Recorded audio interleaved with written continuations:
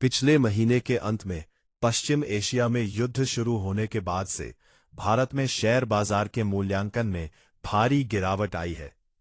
शुक्रवार को benchmark BSE Sensex का पिछले 12 महीनों का प्राइस टू अर्निंग्स पीई अनुपात 1 साल से भी अधिक के निचली स्तर 20.2 गुना पर आ गया।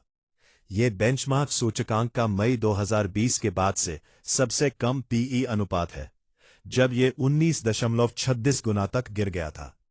तुलना के लिए बेंचमार्क सूचकांक फरवरी के अंत में 22.3 गुना और दिसंबर के अंत में 23.5 गुना के पीई अनुपात पर कारोबार कर रहा था। सूचकांक स्वयं फरवरी के अंत से 9.5% नीचे है और इस कैलेंडर वर्ष की शुरुआत से 13.7% नीचे है। वर्तमान मूल्यांकन इसके 30 साल के औसत अर्निंग्स मल्टीपल 19.9 गुना से थोड़ा ही ऊपर है। ऐतिहासिक रूप से महामारी या 2011-13 के यूरो संकट जैसी कठिन परिस्थितियों के दौरान विदेशी पोर्टफोलियो निवेशकों एफपीआई द्वारा शेयरों की बिकवाली के कारण अर्निंग्स मल्टीपल हमेशा औसत मूल्य से नीचे गिर जाता है। उदाहरण के लिए सेंसेक्स का ट्रेलिंग पीई 2012 के संकट के दौरान गिरकर 16.4 गुना के निचले स्तर पर आ गया था, जबकि संकट से पहले ये 23 गुना के उच्च स्तर पर था। महामारी के दौरान सेंसेक्स का मूल्यांकन महामारी से पहले के लगभग 28 गुना के उच्च स्तर से घटकर 28.8 गुना हो गया था। गोल्डमैन सैक्स के आंकड़ों के अनुसार विदेशी पोर्टफोलियो निवेशकों ने सितंबर 2024 के उच्चतम स्तर के बाद से रिकॉर्ड 42 अरब डॉलर मूल्य के शेयर बेचे हैं, जो लगभग उसी समय भारत की आय में गिरावट से स्पष्ट रूप से मेल खाता है। विश्लेषकों का मानना है कि भारत में शेयर बाजार के मूल्यांकन में और गिरावट आने की संभावना है, क्योंकि ऊर्जा और उर्वरकों की ऊंची कीमतों और इनकी उपलब्धता में कमी के कारण कंपनियों की आय और समग्र आर्थिक विकास में गिरावट आ सकती है। सिस्टमैटिक्स इंस्टीट्यूशनल इक्विटी के सह प्रमुख अनुसंधान और इक्विटी रणनीति धनंजय सिन्हा ने कहा, आगामी तिमाहियों में विकास और कंपनियों की आय में संभावित गिरावट के कारण शेयर बाजार की कीमतें लगभग 18 गुना तक गिर सकती है। इससे निवेशकों द्वारा जोखिम भरी संपत्तियों को बेचकर सुरक्षित निवेश विकल्पों की ओर रुख करने के कारण शेयर बाजार पर दबाव बना रहेगा। इस संघर्ष से पहले भी भारत के शेयर बाजार कंपनियों की आय में धीमी वृद्धि से जूझ रहे थे।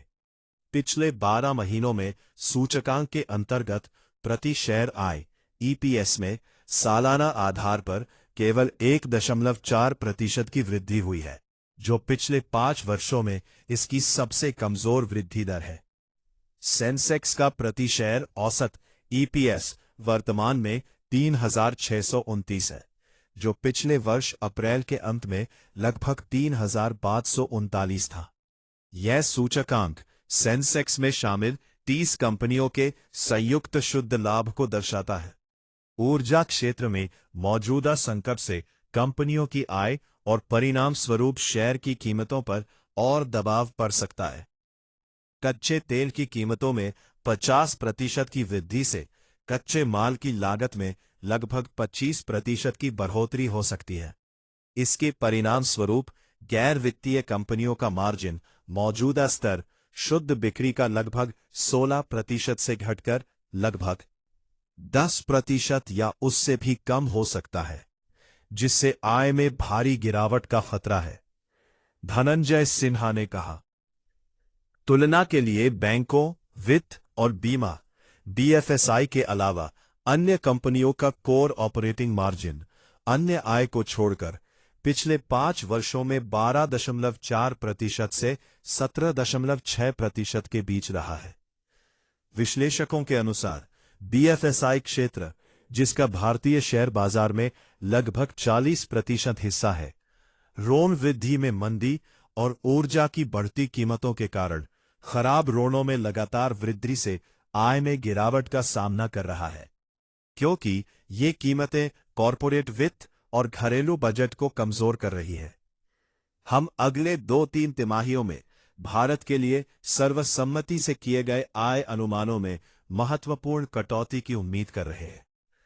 हम अगले 2 वर्षों के लिए भारत के आय वृद्धि अनुमानों को काफी कम करके CY26 और CY27 के लिए क्रमशः 8% और 13% कर रहे हैं, जबकि ईरान संघर्ष से पहले ये अनुमान क्रमशः 16% और 14% थे।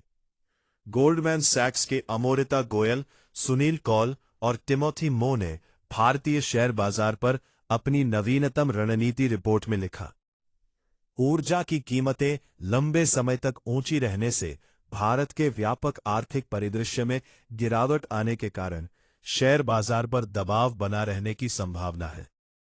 गोल्डमैन सैक्स के विश्लेषकों ने लिखा, हमारे अर्थशास्त्रियों ने भारत की 2026 की जीडीपी सकल घरेलू उत्पाद वृद्धि दर को 1.1% अंक घटाकर 5.9% कर दिया है। उपभोक्ता मूल्य सूचकांक CPI के पूर्वानुमान को 70 आधार अंक बढ़ाया है।